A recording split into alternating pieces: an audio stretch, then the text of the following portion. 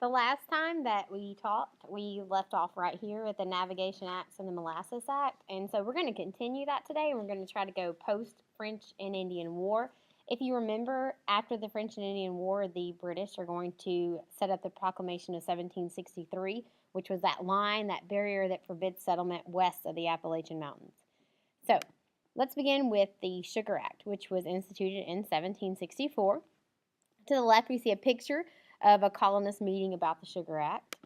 One of the early British attempts to get more revenue, more money from the colonies was the Sugar Act. It was passed by Parliament in 1764. This was under George Grenville, who was the Prime Minister of Britain from 1763 to 1765, and this was meant to replace the Molasses Act that we learned about in the last video. This law is going to tax sugar, coffee, indigo, which remember is a dye that is produced from plants. It dyes things blue, and wine. In addition, anybody who tried to avoid paying these taxes were tried in British military courts rather than colonial courts, because the colonial courts were a little more likely to involve judges and juries that were sympathetic to those who violated the acts. And John Green talked about that in the video that you watched last night. The Sugar Act was effective, and the collection of taxes on these goods increased more than 150% in the years after the French and Indian War. The British Prime Minister, George Grenville's aim with the Sugar Act was to have the colonies pay off more of the war debt, also ending the smuggling of goods to avoid taxation. So while the Sugar Act gained a large amount of support in England, the colonists are going to adamantly oppose this. They feel like they shouldn't be taxed without representation in Parliament. And so we're going to get this phrase right here, no taxation without representation. But representation where? Representation in Parliament. Let's move to the Stamp Act. This was passed by Parliament in 1765. Opposition to British taxation and control is going to reach a height in 1765 with Parliament's passage of the Stamp Act. This was designed to raise revenue for the defense and the protection of the colonies. Parliament hopes that the Stamp Act will bring nearly 60,000 British pounds. However, hardly any money is going to end up being collected, and we'll talk about why. The Stamp Act essentially taxed all printed materials in the colonies, including deeds, licenses, newspapers, printed documents, and even playing cards.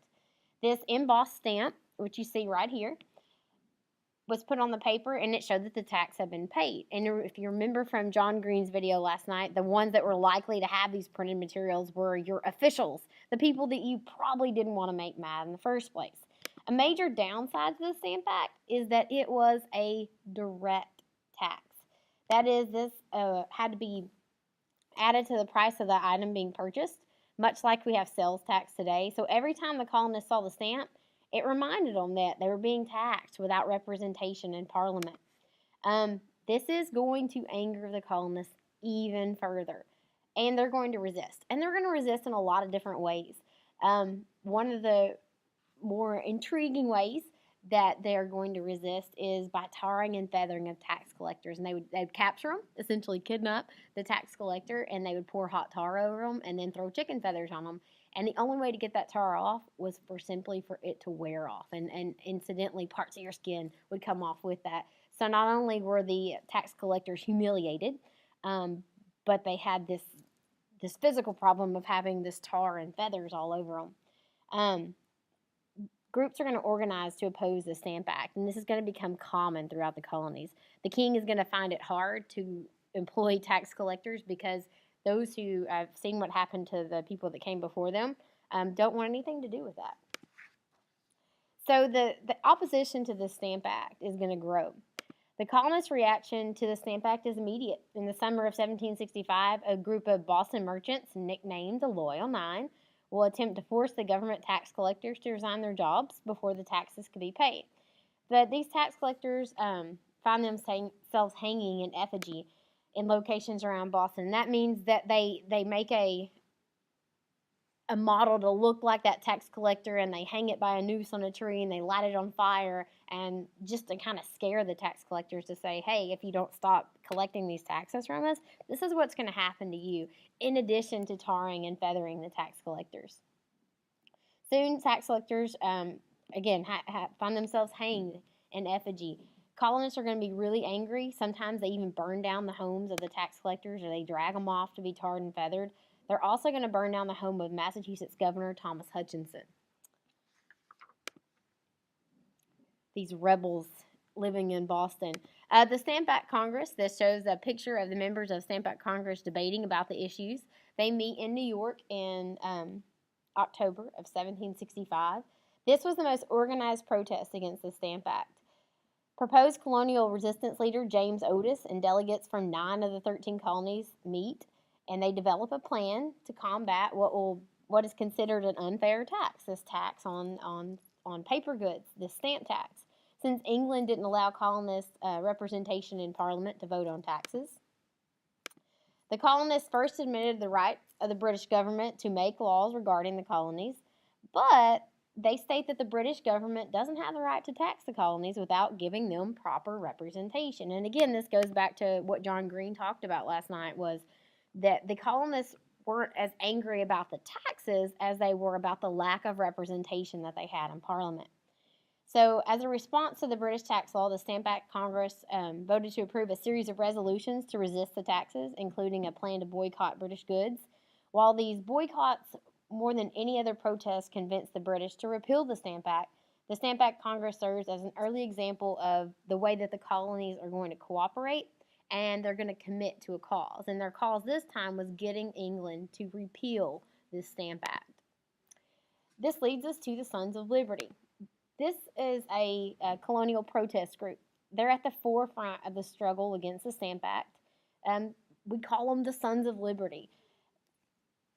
Most historians believe that the Sons of Liberty were not one specific group, but actually kind of a blanket term that referred to all individuals or groups that opposed British policies.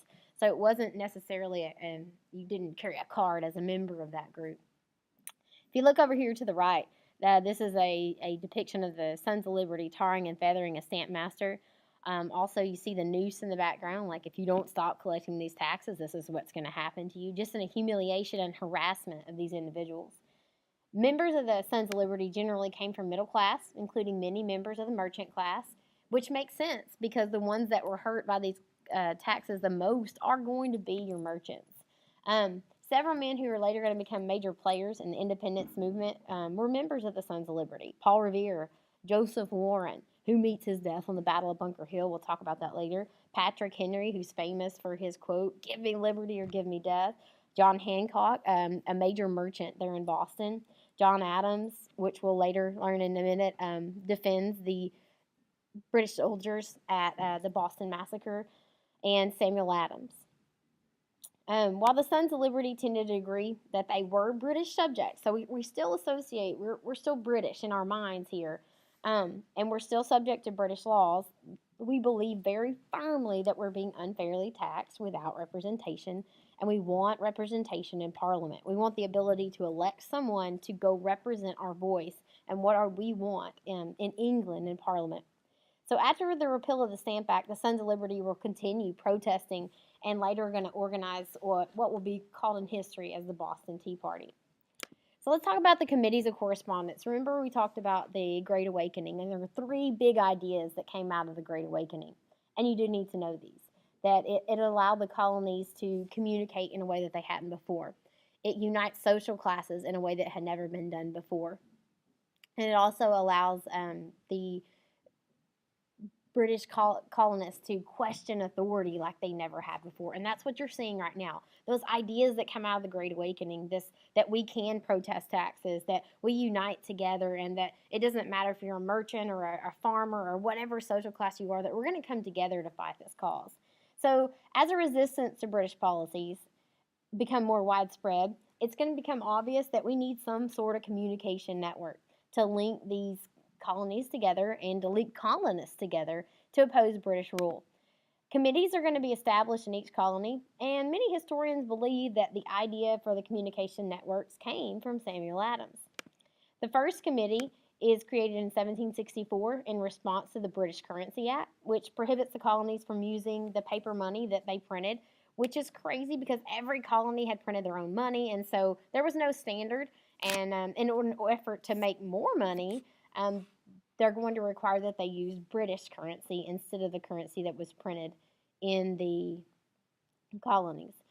Other committees are going to arise throughout the colonies and will eventually be used to inform colonists as preparations for the First Continental Congress and to coordinate response to the British Intolerable Acts, which we'll learn about a little bit later.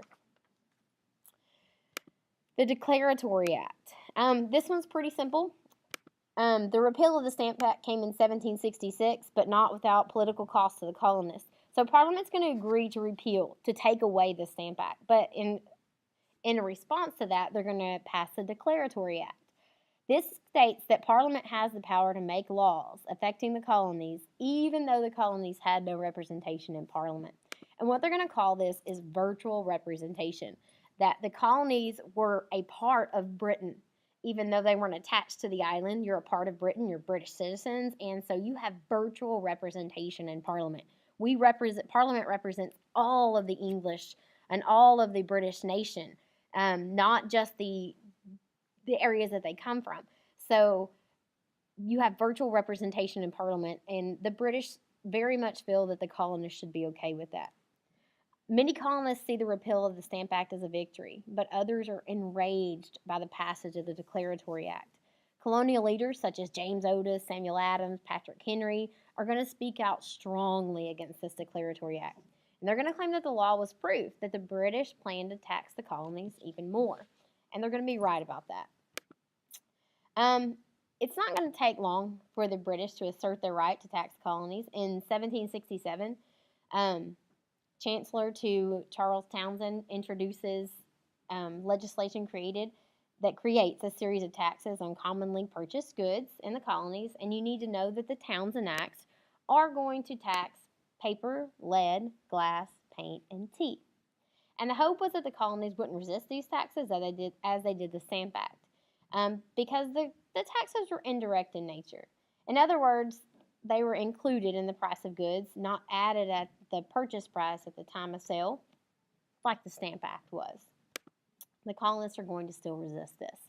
And the colonists are on guard after their experience with the Stamp Act, and they immediately organized boycotts against British goods. The British were even more concerned about colonial unrest, and so because of all this that's going on in Boston, these ruffians and these Sons of Liberty that are attacking our tax collectors, they're going to send 2 army regiments to Boston. So they send the troops to Boston. I'm going to look at some discussion questions, and we'll talk about these in class tomorrow. How did the Navigation Acts and the Molasses Act turn many colonists into smugglers, if you remember back from the last video? But that's a pretty easy question, so just think about it. Why would they have encouraged smuggling? And what items did the Stamp Act tax? Why did the colonists strongly resist this tax? Why did the British repeal the tax? And number 3, what made the Townshend Acts different than the Stamp Act? What items did they tax? And why did the colonists oppose these acts? And I want to leave you with one last thing, and you really need to watch this tonight and take some good notes, because this is what we're going to work on in class tomorrow. To the left is Paul Revere's famous engraving of what we now in history as the Boston Massacre. So, as expected, citizens in Boston become upset having British troops stationed in their city. It'd be much like the American Army coming into Longview today and stationing here to keep us in control and to make us behave a certain way. So they're upset about the British soldiers being there. So conflict between the British soldiers and the citizens living in Boston is going to take place often in the late 1760s and in the early 1770s. But nothing's going to be worse than in March of 1770, in an event that later becomes known as the Boston Massacre. This conflict is going to begin when a crowd of colonists, most likely teenagers that were out on the streets, just decide to start yelling at these British soldiers, and they start throwing snowballs at them. These British soldiers were stationed on guard in front of the Common House there in Boston, and we'll see a picture of that tomorrow in class. But they begin just yelling at these soldiers and throwing snowballs at them. And they're picking up things off the street, some glass, some rocks, and they're putting them in the snowballs and hailing them at these British soldiers. And as the crowd grows, soldiers are going to panic. And these soldiers panic, and one of those soldiers swears that he hears a command to fire. The colonists don't ever hear that. The commanding officer never gave the order to fire. But after he fires, the other soldiers with him fear that they've missed the command to fire, and so they begin firing into the crowd as well. This results in the killing of 5 of these colonists, these protesters, including a runaway slave named Crispus Attucks, who's going to be laying among the dead. No evidence points that any British officer specifically ordered the soldiers to open fire, and so these soldiers are going to have to stand trial for this. They're going to arrest the soldiers on murder charges, and the soldiers couldn't get a lawyer in Boston to represent them at first, but then John Adams, a lawyer and a colonial leader, also the cousin of Samuel Adams, our famous Sons of Liberty leader, is going to agree to represent them in the interest of giving them a fair trial. So most of the soldiers were found not guilty, and the rest are going to receive really light sentences. A month after the massacre, Parliament is going to repeal the Townshend Acts, but keep the tax on tea in place as a symbol of British authority, that we can do this if we want to. The tea tax is going to lead to further protests in Boston, but I'm going to leave you with that today. So remember what the Boston Massacre was. Remember, this conflict is basically just instigating a fight with the soldiers, and it ends up going pretty badly for the colonists. I'll see you in class tomorrow. Thanks.